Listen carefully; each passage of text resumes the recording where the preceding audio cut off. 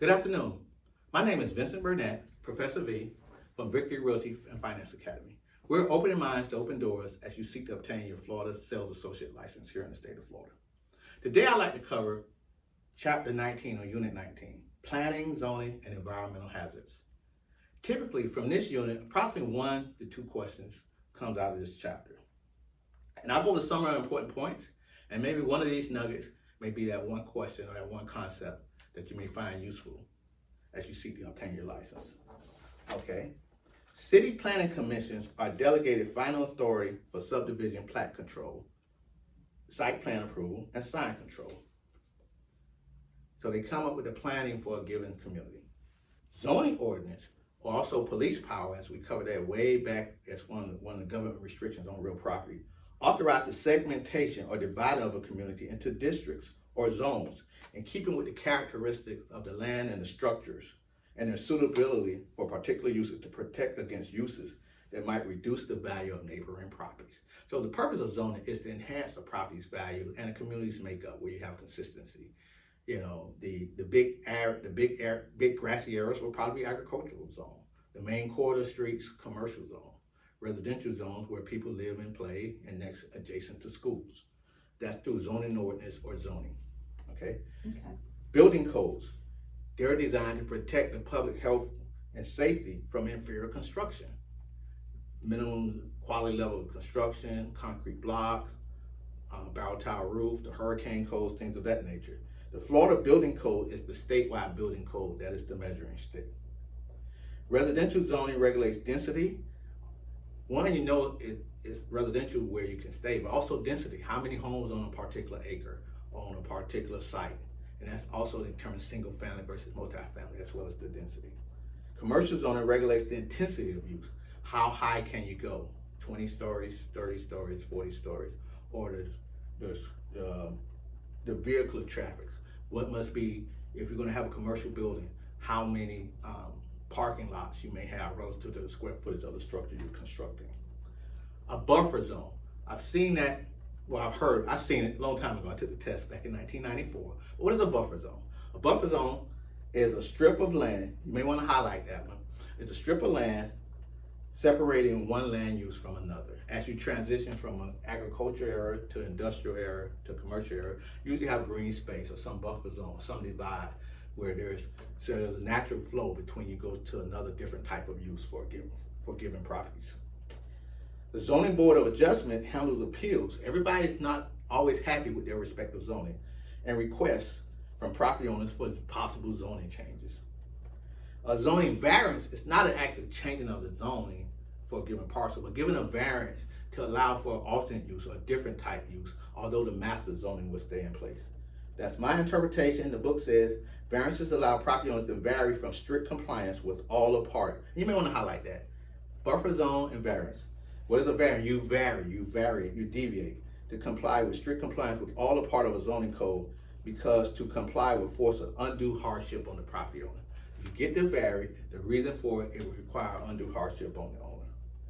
Special exceptions, permission to build or use property in apparent conflict with what should be the natural zoning. Okay. Non-conforming use. That's another one you may want to highlight. But conceptually, non-conforming. You're not conforming to the standard. It's a different type of use from what's the current zoning would allow. And it's not in compliance with the newly enacted zoning ordinance. If it's legal, it's a legal non-conforming use, or it's grandfathered in. If it's illegal, then you may get citations, things of that nature, to bring it back into compliance. Planned unit development is a self-contained development planned under special zoning ordinances that allow maximum use of open space by reducing lot sizes and street sizes. So what happens is, a planned unit development, you typically get a lot of homes and they know how many streets, the setbacks, the green space, things of that nature. A lot of the newer homes are done rather than single homes or tract homes or speculative homes. They're part of tract homes and a planned unit development as well. So you really see what you're going to get, that how that community will be laid out and constructed from beginning to end, from the great open space, from the schools to etc. The key is planned unit development. Planned unit development. The name almost gives it away. Environmental impact statements summarize the impact a proposed development will have on the environment.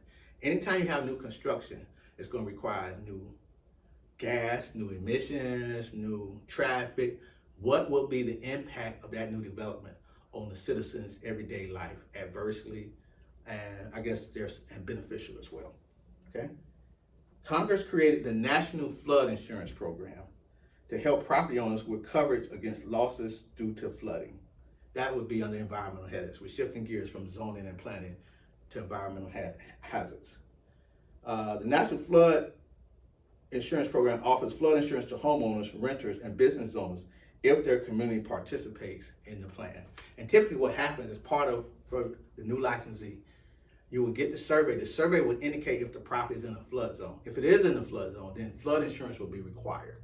It's optional if the property is not in the flood zone, but it still may be advisable if it suffers from heavy rains or there's any damage as a result of flooding. If you obtain the flood insurance, you're able to be compensated. But again, it's not an option if the property is in the flood zone and you're getting a Fannie Mae, a VA, or FHA, or a traditional mortgage associated with the purchase or the property, because the lender will require flood insurance just as the lender will require hazard insurance. Okay. CERCLA is a super fund. It's established a super fund to clean up uncontrolled hazardous waste sites and to respond to spills. Basically, it doesn't happen that much in residential and commercial property. There may be an oil spill, things of that nature.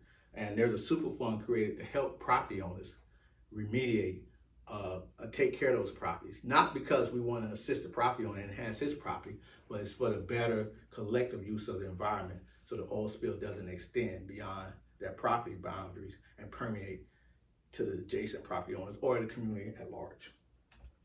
Asbestos. Asbestos is a mineral fiber that was used in a variety of building construction materials for insulation and as a fire retardant. Now asbestos is proven that asbestos is called health hazards and it's not used in construction anymore. But asbestos disclosures, things of that nature, may be given or required to a buyer, and certainly as part of the inspection process. It can be treated and tested, and there may be a difference between a buyer proceeding to acquire a property or not, or at minimum know their exposure or their cost to remediate such. Florida law requires the radon disclosure at the time of or before entering into a contract for sale or rental. The law does not require testing to determine radon levels, just a disclosure. Do you have a question? Okay. And the final some important point, sellers and landlords must disclose the presence of lead-based paint for homes built before 1978. Again, the lead-based paint disclosure. We covered that previously in disclosures. It simply says that prior to 1978, lead was in paint. Lead was known to cause mental challenges or mental deficiencies, particularly in kids. And it's just a disclosure to let you know this home was constructed in 1978 and they were putting lead in paint, and it's known to cause mental retardation or illness in kids. And this disclosure, it doesn't mean you cannot acquire the property, no cost associated with it. It's just required by federal law that disclosure is given for all residential transactions. And also, it says landlords as well for tenants. So again, this is chapter 19, Planning, Zoning, Environmental Hazards. Some of the key points: variance may be one, non-conforming use, planned unit development, and buffer zone. Good luck as you pursue your Florida real estate licensing. This is the last chapter for the exam. I'm Vincent Burnett. Thanks for letting me allow you to assist you in the class as well as online. We continue to open mind and open doors, and I'll see you at the closing table.